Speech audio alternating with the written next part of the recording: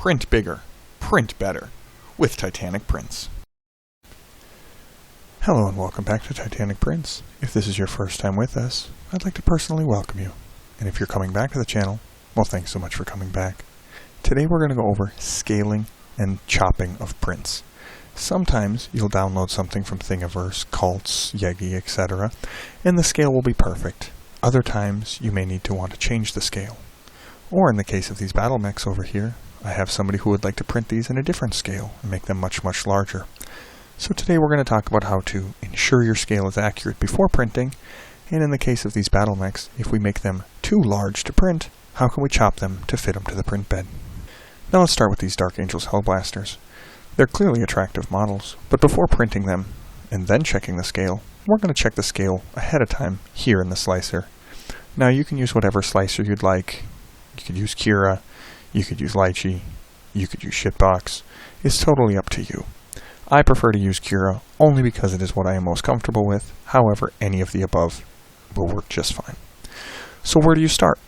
Now clearly, these models look like they should be the approximate scale, but this is where it's extremely helpful, especially if you're trying to match models you already own. It's extremely helpful to measure those models. Now I use a caliper for all my measurements so I can get down to the most precise of measurements. Do keep in mind that when you are doing this, typically plus or minus a millimeter or so here or there on the tabletop, no one is ever going to tell. However, in order to get as close as we can, let's get into it. The first thing I like to do is find a model in my collection that is close to a model that I'm going to be printing. For example, if we look at this particular model, we can see that we have the Hellblaster kind of aiming off to the side. The legs are relatively straight. We have a slight bend here and a slight bend here. Now the closest model that I was able to find in my collection is this particular model. Well, we can see, of course, it's not exact, but again, being within a millimeter here or there isn't going to change anything too much. So now we're going to grab our caliper and we're going to get the measurements of this particular model. Typically what I like to do is the height and the shoulder width. So starting with this model, including the thickness of the base, I have a measurement of 43.4 millimeters. The thickness of the base is about 4 millimeters. 43.4 minus 3.9, which was the exact measurement, gives me a height of 39.5. Going over to this model, we have a height of 39.01. Honestly, I'm pretty happy with that. That's pretty close. So for this particular model set, I'm going to go ahead and leave all of these at 100%. No additional scaling necessary. But what about this firstborn? What scale do we print for him? Now, you may notice on this particular model that there are all kinds of these undefined spaces. For what we're doing here, pay no attention to that. So let's take a look here. This particular model is 33.6 millimeters tall. So what I'm going to do now is go into my collection and I'm going to try and find a model that is similar to this. It's got a relatively straight leg here, a slight bend leg here, but we can see that that's not on the bed anyway. Going over the few models I have here on my desk, I don't see any that are exactly in that same configuration, but I do have this that is relatively close. Measuring the height, again to the top of the head, I have a total height of 36.4 millimeters. Subtracting the thickness of the base is 3.2 millimeters. So I get an approximate height of 33.2. Now looking over at this particular model, I have a height of 38.2. That obviously is much higher than we need it to be. I'm looking for closer to 33.2 for a model that is not on his tippy toes. Considering, of course, this model is on his tippy toes, let's add a little bit of height to that. So let's go ahead and make it, say, 34.2. Give it an extra millimeter. If I dial this in, we see that we're looking at an approximate scale of 89.5. I always like to round this to the nearest whole number. It's easier to remember. I'm going to go with a scale of 90%. So now every other file in this particular set that I got off the line, we're going to go ahead and scale to 90% to match much closer to the official models from the Dark Vengeance box set. Now that particular model like printed when compared to my other official models. Can you tell which one's printed and which one's not? So now what happens if you want to scale much, much larger? Let's take a look at these particular mechs. Now these mechs have a height of just under 60 millimeters tall. However, the person that wants me to print these for him would like this to be a 12-inch tall model when all things are said and done.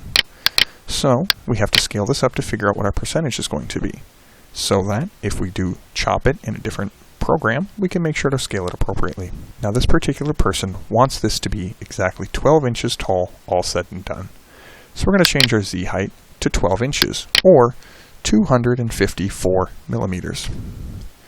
Now you can see that is clearly too large to print. So how are we going to go about printing this particular model? The simple answer is to just chop it. Now to chop it, we're going to go into another program, a free program, and that's known as Blender. So now I have those same two models here in Blender. And the reason I have these two models is because this particular person would like me to have these legs with this body pose.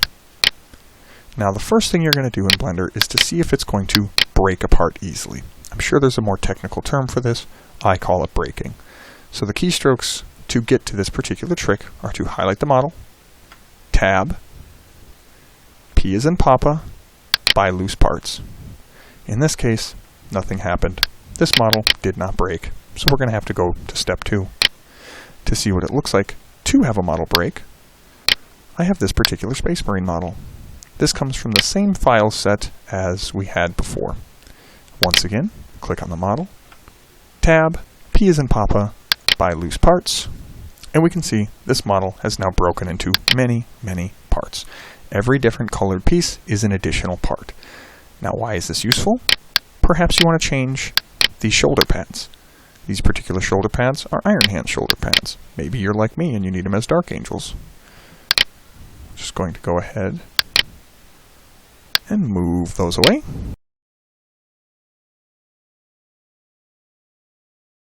And now you can see the model no longer has shoulder pads.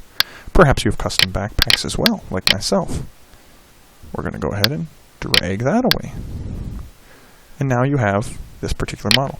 To put it all back together, we're going to highlight, Shift click, Control J, and just like that, we have our Space Marine model with shoulders removed, backpack removed, ready to be exported, scaled, and printed.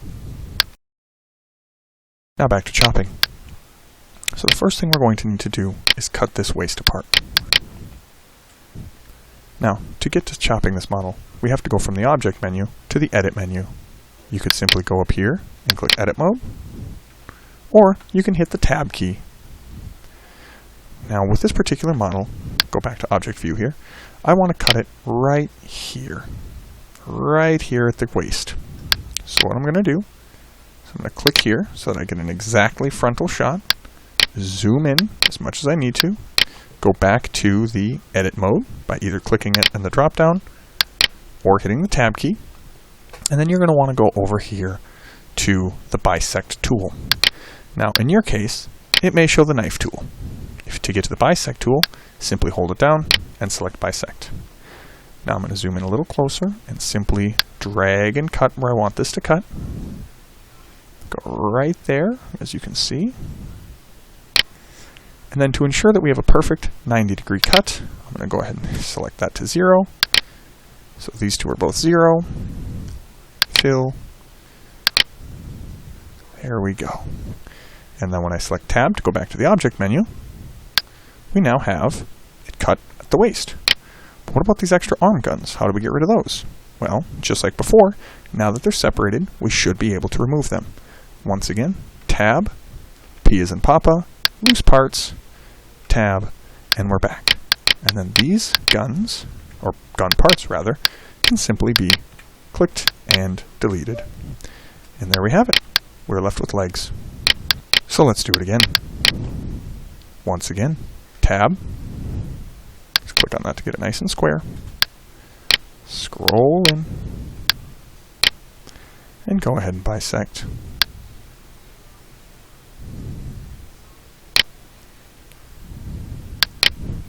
Make that 0. Click the Fill button and clear. And just like that, we've got it. Now, what if we didn't want to chop all of this? What if we wanted to keep all these arms and everything apart? Because essentially what we're doing is we're chopping the entire model across this plane. But what if we only wanted to chop right here? Well, let me go ahead and undo that, and I'll show you what to do. When you go into the edit mode, you'll notice that the entire model is highlighted. To unhighlight, simply click away. Now to only chop here in the waist, we can do that by only highlighting that particular area. So what I like to do is go to this viewport shading button right here and highlight the parts that we want to cut. So we're just going to highlight the waist. We're hopefully not going to cut anything else. Let me go back to the regular view. There we go. Click on this once again. Click on, we're still in the edit mode, so now click on my bisect tool.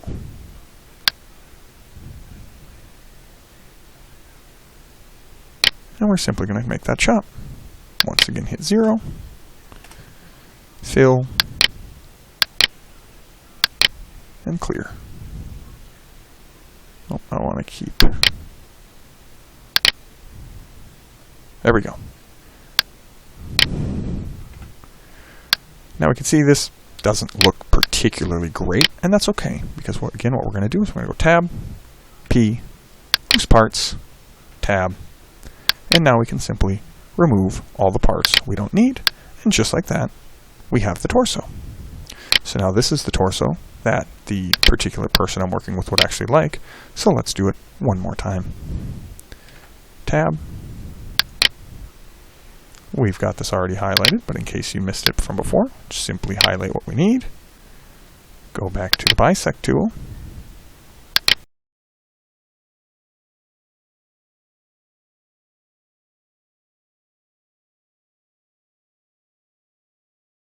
Set these to 0.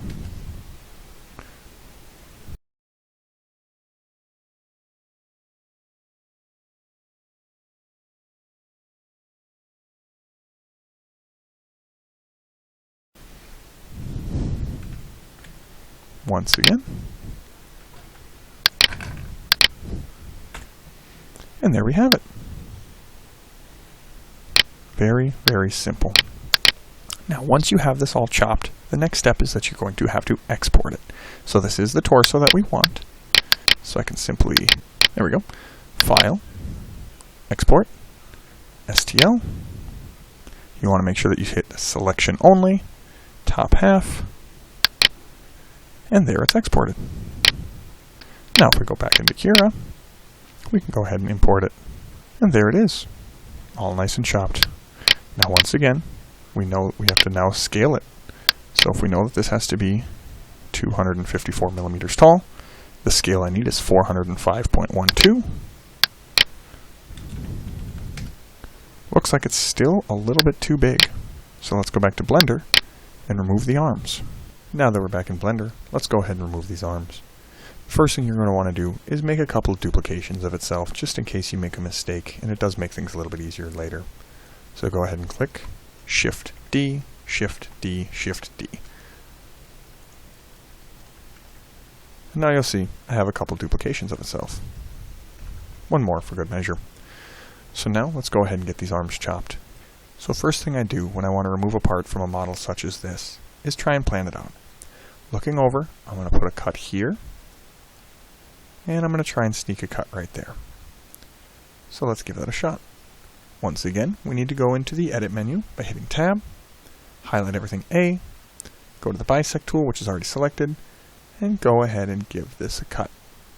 Once I'm satisfied with that, we're going to need to pay particular attention down to this box of numbers. What I always like to do is use my handy snipping tool and grab a screenshot.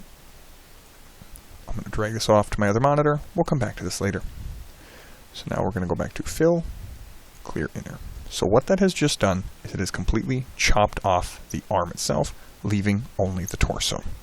So if I hit Tab once again to go back to the object mode, we can see that it is no longer there. You can still see this one because it is another model that I've duplicated from before, and this is why that's important now. We're now going to select that model Once again, Tab to go back to Edit menu, A to highlight all, back to the bisect menu. Now for this one, you just kind of like slap it in, doesn't matter how you do it. And this is where we go back and reference our numbers. We want to match these up. 119, 119, negative 16.7, perfect. 54.4, 54.4, great. 0.979, 0.979, 0.188,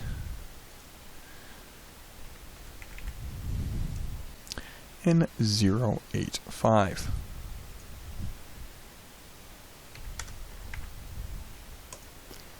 And essentially what we have just done is we have taken the exact spot that line was cut on the last model and put it in the exact same place this time around. So now when I hit Fill, Clear Outer, we are now left with just the arm. Once again, hit Tab, and there we have it. We've isolated an arm, we've isolated a torso. We now have this separate, which I can drag away. We now have this torso separate, which I can drag away, and I still have another model hiding behind there for the next step. So now we go over here. We want to isolate just this arm. So for this, I'm going to zoom in nice and close, and again, go ahead and hit Tab, A, and see if I can get away with this bisect. Paying extra attention to try and sneak this through that little crevice. There. Perfect. Right away, we're going to go back to my snipping tool, and we're going to grab that. Save that for later. For simplicity's sake, I'm just going to drag that off to my other monitor. Fill, clear outer.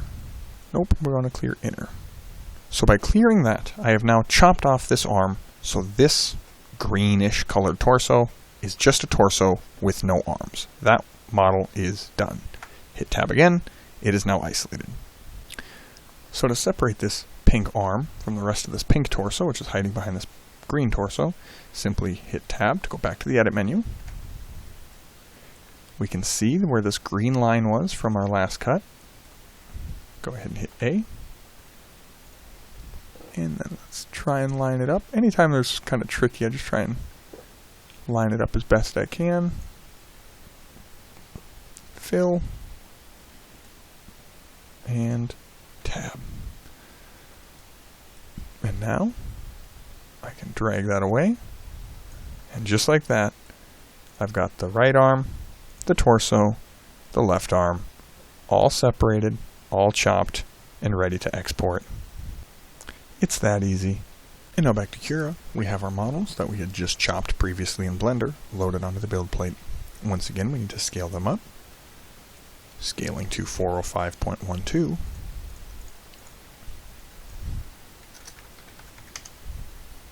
And we can see that already that's a much easier object to fill in the print.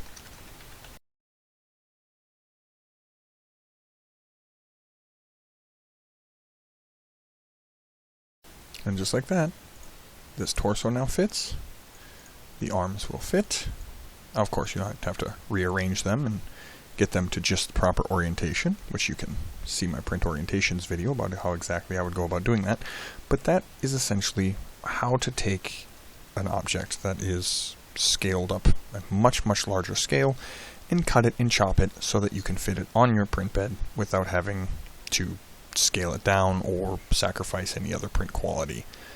Hopefully this video is extremely helpful for you. I look forward to seeing in the comments below how this was able to be of assistance. If you have any other videos you would like me to go over sooner rather than later, please indicate in the comments below. Thank you so much for watching. If you've not already subscribed, please feel free to do so, and also be sure to ring that notification bell. If this was extremely helpful, please go ahead and like this video, as one like equals one properly scaled print the first time. Thank you so much. See you next time on Titanic Prints.